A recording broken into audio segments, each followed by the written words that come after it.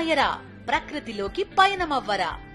పూర్తి వివరాలకు చదవండి రేపటి సాక్షి హైదరాబాద్ ఎడిషన్. ఇక్కడే ఇంకో విషయం కూడా చెప్పాలి. 2014 నుంచి 19 మధ్య చంద్రబాబు నాయుడు గారి హయాంలో సాక్షాత్తు అక్షరాల 28,457 కోట్లు మేర ఆయన పరిమితికి మించి అప్పులు తీసుకున్నారు. పరిమితికి మించి అంటే FRBM లిమిట్స్ ఏదైతే రాష్ట్ర ప్రభుత్వాలు హక్కుగా ఏదైతే బారో చేసుకునే కెపాసిటీ ఏదైతే ఉంటుందో ఆ బారో చేసుకునే సొమ్మును ఆ బారో చేసుకునే అప్పు కంటే కూడా చంద్రబాబు నాయుడు ఎక్సీడ్ అయి తాను బారో చేసిన అప్పు 28,457 కోట్ల రూపాయలు. ఇది కాగ్ రిపోర్ట్స్. ఇవన్నీ నేను చెప్తా ఉన్నటువన్నీ కూడా CAG reports, union finance commission reports, ministry of statistics and programme implementation government of India reports. 28,457 కోట్ల రూపాయలు చంద్రబాబు నాయుడు గారు తన 5 సంవత్సరాల పాలనలో FRBM లిమిట్స్ దాటి తాను ఎక్సెస్గా బారో చేస్తే ఆ మేరకు మా ప్రభుత్వ హయాంలో అప్పులపై కోత పడింది. ఇన్ఫ్యాక్ట్ అది కూడా చంద్రబాబు నాయుడు చేసిన ఎక్సెస్ బారోయింగ్ మా మీద కోత కూడా పడింది. ఆ రకంగా చూసుకున్న చంద్రబాబు నాయుడు గారు ఆ టైంలో 28,457 కోట్ల రూపాయలు ఎక్సెస్ బారోయింగ్ తాను చేస్తే మా హయాంలో ఎక్సెస్ బారోయింగ్ ఎంత అంటే కేవలం 1,600 కోట్ల రూపాయలు. సో నేను అడుగుతా ఉన్నది ఒకటి, ఎవరు ఆర్థిక విధ్వంసకారుడో చెప్పడానికి ఈ డేటా అంతా కూడా కనిపిస్తూ ఉంది. ఎవరు క్రమశిక్షణతో నడిచారు, రాష్ట్ర ప్రభుత్వాన్ని నడిపించారు అని చెప్పడానికి ఈ డేటా అంతా కూడా చూస్తే ఎవరికైనా అర్థమవుతుంది. ఈ మనిషి ఇప్పుడు సూపర్ 6లు, సూపర్ 7లు ఇవన్నీ కూడా ఎగ్గొట్టడానికి ఈ మనిషి ఒక భూతం ఉన్నట్టుగా ప్రచారం చేసే కార్యక్రమాలు చేస్తూ ఉన్నాడు. వాస్తవం చెప్పాలనంటే చంద్రబాబు నాయుడు గారి హయాంలో కోవిడ్ లాంటి మహమ్మారి ఎప్పుడూ లేదు. 2 సంవత్సరాలు కోవిడ్ లాంటి మహమ్మారి వైఎస్ఆర్సీపీ ప్రభుత్వం అధికారంలోకి వచ్చిన తర్వాత మా ప్రభుత్వం హయాంలో కోవిడ్ లాంటి మహమ్మారిని చూసాం.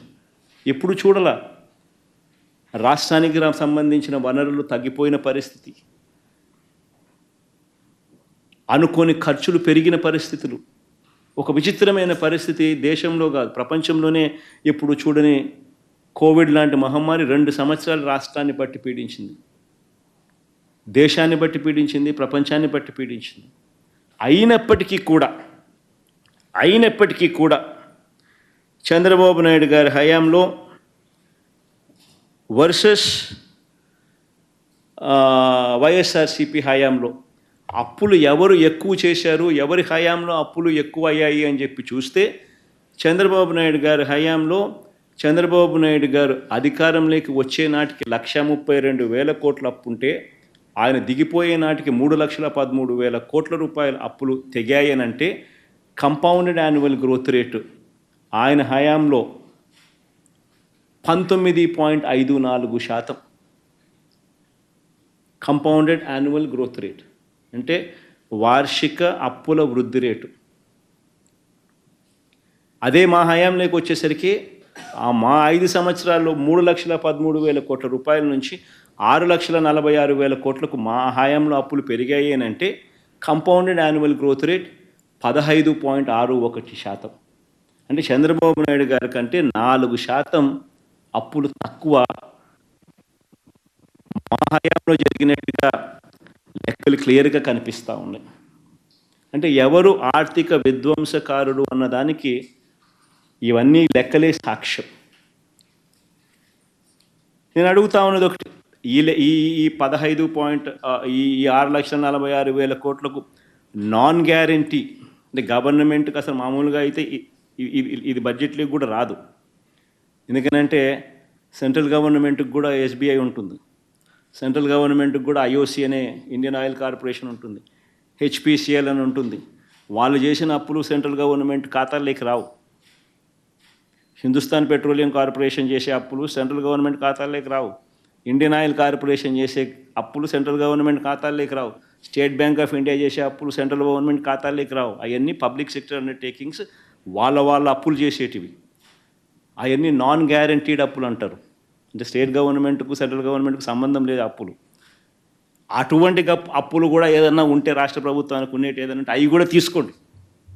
నేను అవి కూడా ఒక అడుగు ముందుకు మామూలుగా బడ్జెట్లోకి రావు. అయినా కానీ చంద్రబాబు నాయుడు సాటిస్ఫై చేసేదానికి అవి కూడా తీసుకోకపోండి అని చెప్తాను. అవి కూడా తీసుకున్నా కూడా చంద్రబాబు నాయుడు గారు అధికారంలోకి వచ్చే నాటికి అధికారంలోకి దిగే నాటికి ఎంత అని చూస్తే అధికారంలోకి ఆయన వచ్చే నాటికి 8,600 కోట్లు అప్పులు ఉంటే అలాంటి అప్పులు ఆయన దిగిపోయే నాటికి ఆ అప్పులు 77,000 కోట్లకు తీసుకుపోయాడు. అక్కడ కూడా ఆయనదే ఘనత. మా హయాంలో అటువంటి అప్పులు 77,000 కోట్ల నుంచి తగ్గించినాం. ఓ 2,000 కోట్లు 75,000 కోట్లని అక్కడే ఉంది, ముగిసింది.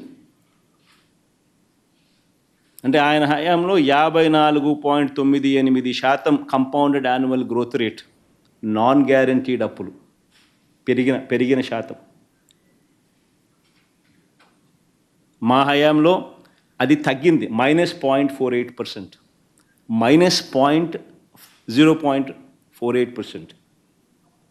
టోటల్గా ఆ అప్పులు అంటే టోటల్గా గవర్నమెంట్ అప్పులు, గ్యారంటీడ్ అప్పులు, నాన్ గ్యారంటీ అప్పులు ఆఫ్ ది గవర్నమెంట్ కూడా కలుపుకుంటే మొత్తానికి రాష్ట్రానికి సంబంధించిన అప్పులు ఎంత ఉన్నాయని చెప్పి చూస్తే చంద్రబాబు నాయుడు గారు అధికారంలోకి రాకమునుపు 1,40,000 కోట్లు ఉంటే అది కాస్త చంద్రబాబు నాయుడు దిగిపోయే నాటికి 3,90,000 కోట్ల రూపాయలకి ఎగబాకింది. అంటే ఆయన హయాంలో వార్షిక అంటే కంపౌండెడ్ యాన్యువల్ గ్రోత్ రేటు, వార్షిక అప్పుల వృద్ధి రేటు 22.63%. అయితే మా హయాంలోకి వచ్చేసరికి 3,90,000, 7,21,000 ఎగబాకింది అని అంటే కంపౌండెడ్ యాన్యువల్ గ్రోత్ రేట్ కేవలం 13.57%. ఆలోచన చేయమని అడుగుతా ఉన్నాను రాష్ట్ర ప్రజలందరికీ కూడా. ఎవరు ఆర్థిక విధ్వంసకారుడో ఈ లెక్కలు చూస్తే ఎవరికైనా కూడా ఇట్టే అర్థమవుతుంది.